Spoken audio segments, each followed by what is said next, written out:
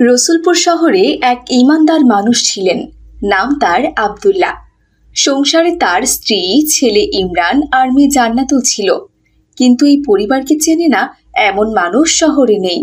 নামাজ, রোজা, পরোপকার সবকিছুতেই যেন তারা সবার চোখে উদাহরণ ছিল। প্রতিবেশীরা প্রায়ই বলেন, আব্দুল্লাহর ঘরটা যেন বরকতের চাঁদনি, যে সেখানে যায় ভালোবাসা আর হাসি নিয়ে ফেরে।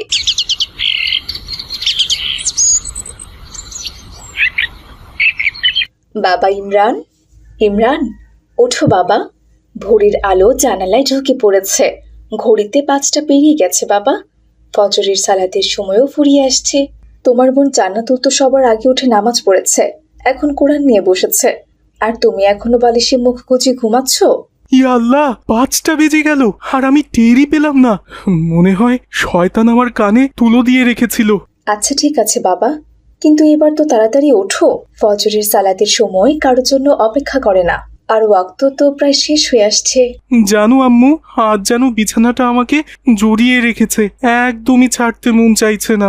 বুঝতে পারছি তোমার এখন আলসেমি লেগেছে বাবা, কিন্তু মনে রেখো, আল্লাহ তাআলা অলস মানুষকে একদমই পছন্দ করেন না।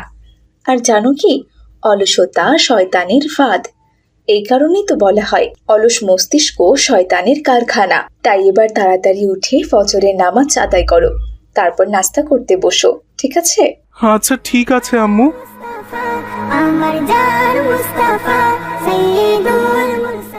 ইমরান নামাজ শেষ করে ঘর থেকে বের হলো। রান্নাঘরের দিকে পা বাড়িয়ে দেখলো সবাই মিলে নাস্তা শুরু করেছে। চা কফির গরম ধোয়ার সুবাস পুরো ঘরে মৌ মৌ করছে। ভাইয়া, তুমি আজকে সব কিছুতেই দেরি করে ফেলেছো।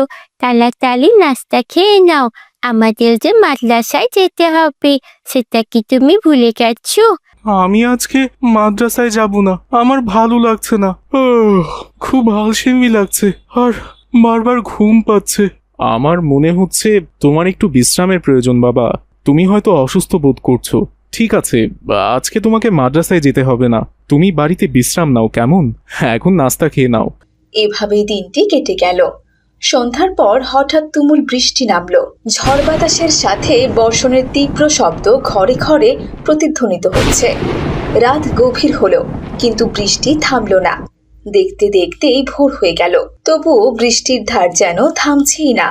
আম্মু, গ্রাম থেকে চাচিমা ফোন দিয়েছিল, বলল দাদু খুব অসুস্থ। তাই চাচি দাদুকে বাসে তুলে দিয়েছেন শহরে ডাক্তার দেখাতে, আর বলেছে দাদুকে বিকাল 4টায় বাস স্ট্যান্ড নিয়ে যেতে। দাদুর সাথে কেউ আসেনি, চাচা নাকি কাজে চলে গেছে। তোমার চাচিমা কাজটা একদম ঠিক করেনি মা। তোমার দাদু বয়স্ক মানুষ, তার উপর অসুস্থ, তাকে এভাবে একা ছাড়া একদম ঠিক হয়নি। তাছাড়া তোমার দাদু তো রাস্তাঘাট তেমন কিছুই চেনেও না। কি যে হবে তা আল্লাহ তাআলা ভালো জানেন। এর আগে কতদিন বলেছি বাবা, আপনি শহরে এসে আমাদের সাথে থাকেন, কিন্তু তার নাকি গ্রামে থাকতেই বেশি ভালো লাগে। উনি তো শহরে আসতেই চান না, কিন্তু আজ অসুস্থ শরীর নিয়ে কি করে শহরে আসবে? তোমার বাবাও তো অফিসে গেল। ঠিক আছে, তুমি যাও। আম্মু, আমি মাদ্রাসায় যাচ্ছি, কাল মাদ্রাসায় যেতে পারিনি দেখে খুব খারাপ লাগছে। ঠিক আছে বাবা, যাও। আর শোনো, আজ ছুটির পর কোথাও দেরি না করে সরাসরি বাস স্ট্যান্ডে চলে যেও। তোমার দাদু খুব অসুস্থ, আর তিনি আমাদের বাসায় আসছেন। 4টার সময় বাস স্ট্যান্ড থেকে তাকে নিয়ে আসতে হবে। তোমার বাবার অফিস থেকে ফিরতে অনেক দেরি হবে, তাই এই কাজ কিন্তু তোমাকেই করতে হবে বাবা। দাদু আসছেন তাই নাকি? আচ্ছা ঠিক আছে আম্মু, আমি যাব। এই বলে ইমরান তার মাদ্রাসায় চলে গেল। মাদ্রাসা ছুটির পর যখন সবাই বের হচ্ছিল, তার বন্ধু মাহাদি ছুটে এসে বলল, ইমরান, চলো আমরা মাদ্রাসার পেছনে নতুন খেলার মাঠটাতে যাই। একটু আগে জানালা দিয়ে দেখছিলাম অনেকেই সেখানে ফুটবল খেলছে। বৃষ্টিতে ফুটবল খেলার মজাই আলাদা। চলো না, আমরাও গিয়ে খেলি। না ভাই, আজ আমি যেতে পারবো না, আমার দাদু খুব অসুস্থ, তিনি গ্রাম থেকে শহরে আসছেন, এখন বাসে আছেন, একটু পরেই আমাকে বাস স্ট্যান্ড থেকে তাকে নিয়ে আসতে হবে। ইয়া আল্লাহ, তোমার দাদু আসছেন আর তুমি এই বৃষ্টির মধ্যে একাই বাস স্ট্যান্ডে যাবে? তা তো সম্ভব নয়, আমিও তোমার সাথে যাব। ইমরান, চলো। ঠিক আছে মাহাদি, চলো তাহলে। হাতে সময় অনেক কম, 4টা পার হয়ে গেছে, দ্রুত যাই চলো। এরপর ইমরান আর মাহাদি দ্রুত বাস স্ট্যান্ডের দিকে ছুটল। সেখানে পৌঁছে তারা দেখল তার দাদু রাস্তার ধারে বসে আছেন। বাস তাকে নামিয়ে দিয়ে চলে গেছে। সে বৃষ্টিতে ভিজছে। ইয়া আল্লাহ, দাদু তোমার এমনিতেই শরীর খারাপ, আর তুমি এমন বৃষ্টির মধ্যে কেন বসে আছো? দাদু তোমার কি খুব বেশি অসুস্থ লাগছে? দাদু, দাদু, ও দাদু, চুপ করে আছো কেন? কিছু তো বলো দাদু। দাদু ভাই, আমার বুকে প্রচন্ড ব্যথা হচ্ছে, আমি হয়তো আর বাঁচবো না। আমি জান্নাতুল আর তোমার বাবাকে শেষবারের মতো দেখতে চাই। তুমি আমাকে তাড়াতাড়ি বাসায় নিয়ে যাও দাদু ভাই, আমার সময় যে শেষ হয়ে আসছে। দাদু, এসব কি বলছো তুমি? প্লিজ এমন ভাবে বলো না। তোমার শরীর কি খুব খারাপ লাগছে? দাঁড়াও, আমি এক্ষুনি তোমাকে বাসায় নিয়ে যাচ্ছি, কিন্তু আশেপাশে কোনো গাড়ি নেই। এখন কি করব? আল্লাহ, আমাকে সাহায্য করো, আমার এই বিপদে তুমি সাহায্য করো আল্লাহ। ইমরান, তুমি এখানেই দাদুকে নিয়ে অপেক্ষা করো, আমি আশেপাশে দেখছি কোনো রিক্সা বা অটো পাই কিনা। এই বলে মাহাদি আশেপাশে রিক্সা বা অটো খুঁজতে লাগলো, কিন্তু ঝড়ো বৃষ্টি আর কাদামাটির কারণে বাস স্ট্যান্ডে কোনো রিক্সা বা অটো নেই। এরপর হাঁপাতে হাঁপাতে মাহাদি ইমরানের কাছে এসে বলল, ভাই ইমরান, অনেকক্ষণ থেকেই তো রিক্সা অটো খুঁজলাম, কিন্তু কোথাও কোনো রিক্সা বা অটো কিছুই নেই। এই বৃষ্টিতে রাস্তায় বসে থাকা ঠিক হবে না, দাদুর শরীর আরো বেশি অসুস্থ হয়ে যাচ্ছে। আমি এক কাজ করি, ওই বাস কাউন্টারে যে আঙ্কেলটা বসে আছে তাদের ফোন দিয়ে তোমার বাবাকে ফোন করে এখানে ডাকি, নিশ্চয়ই তিনি গাড়ি নিয়ে আসবেন। তুমি কি বলো? হ্যাঁ ভাই, তুমি ঠিক বলেছ। যাও তাড়াতাড়ি ফোন করো, আমাদের হাতে যে একদমই সময় নেই। এরপর মাহাদি পাশে থাকা বাস কাউন্টারের দিকে ছুটে গেল। সেখানে একজন লোকের ফোন ব্যবহার করে সে ইমরানের বাবাকে ফোন করে পুরো পরিস্থিতি খুলে বলল। কিছুক্ষণ পর আব্দুল্লাহ গাড়ি নিয়ে বাস স্ট্যান্ডে এসে পৌঁছালো। এরপর আব্দুল্লাহ সবাইকে নিয়ে হাসপাতালে চলে গেল। সেখানে দাদুর চিকিৎসা চলছিল। সবাই চিন্তিত মুখ করে দাঁড়িয়েছিল। কিছুক্ষণ পর আসিয়া ও জান্নাতুলও এসে পৌঁছালো সেখানে। ইমরান, মাহাদি, তোমরা যাও, বাসা থেকে ফ্রেশ হয়ে আসো, আমি আর তোমার বাবা এখানেই আছি। এরপর ইমরান আর মাহাদি বাসায় ফিরে গেল। এদিকে বাবার কি হয়েছে, কিছু জানা গেছে কি? না, তেমন কোনো কিছু জানা যায়নি, কিন্তু বাবা একদম ভালো নেই। আমি যখন ইমরানের ফোন পেয়ে বাস স্ট্যান্ডে গেলাম, দেখি বাবা রাস্তায় পড়ে আছেন। হয়তো আগে থেকেই অনেক অসুস্থ ছিলেন, এটা তার সাথে খুব খারাপ হয়েছে। কি হবে আল্লাহই ভালো জানেন। হে আল্লাহ, এই বিপদে আমার বাবাকে সাহায্য করো, আমার বাবাকে সুস্থ করে দাও আল্লাহ। আপু, তুমি চিন্তা করো না, আল্লাহর রহমতে দাদু সুস্থ হয়ে যাবেন ইনশাআল্লাহ।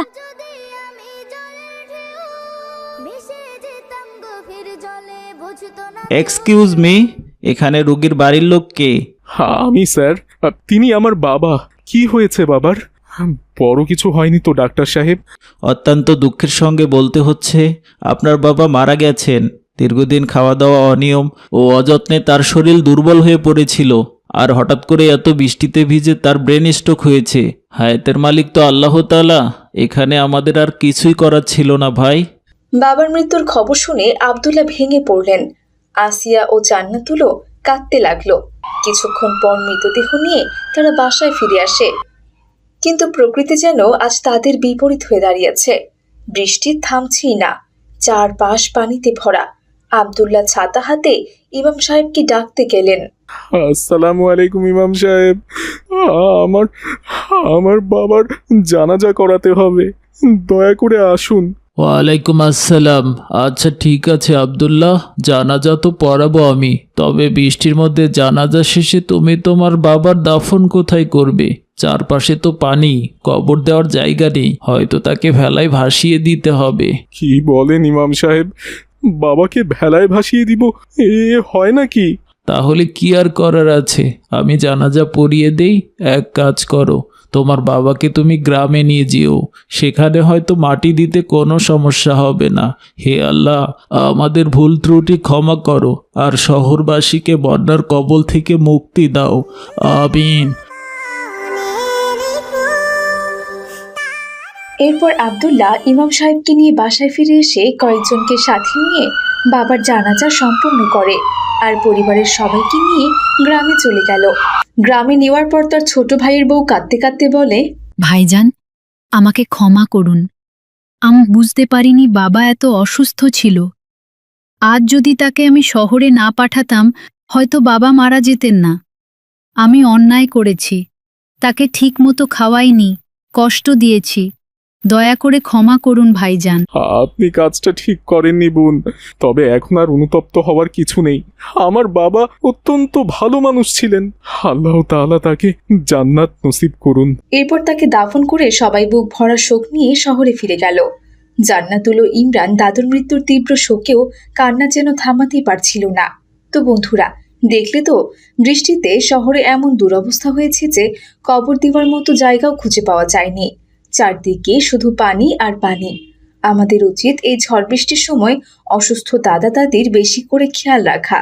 যাদের বাড়িতে অসুস্থ দাদা দাদি আছে তাদের অবহেলা না করে তাদের বেশি বেশি করে সেবা যত্ন করা, যাতে জান্নাতুল আর ইমরানের দাদার মতো তোমাদের দাদা দাদিরও এই অবস্থা না হয়। তোমাদের কার কার দাদা দাদি এখনো জীবিত আছে তা অবশ্যই কমেন্টস করে জানাবে। আজ তাহলে এখানেই বিদায় নিচ্ছি বন্ধুরা, ভালো থেকো তোমরা। আসসালামু আলাইকুম রহমতুল্লাহ।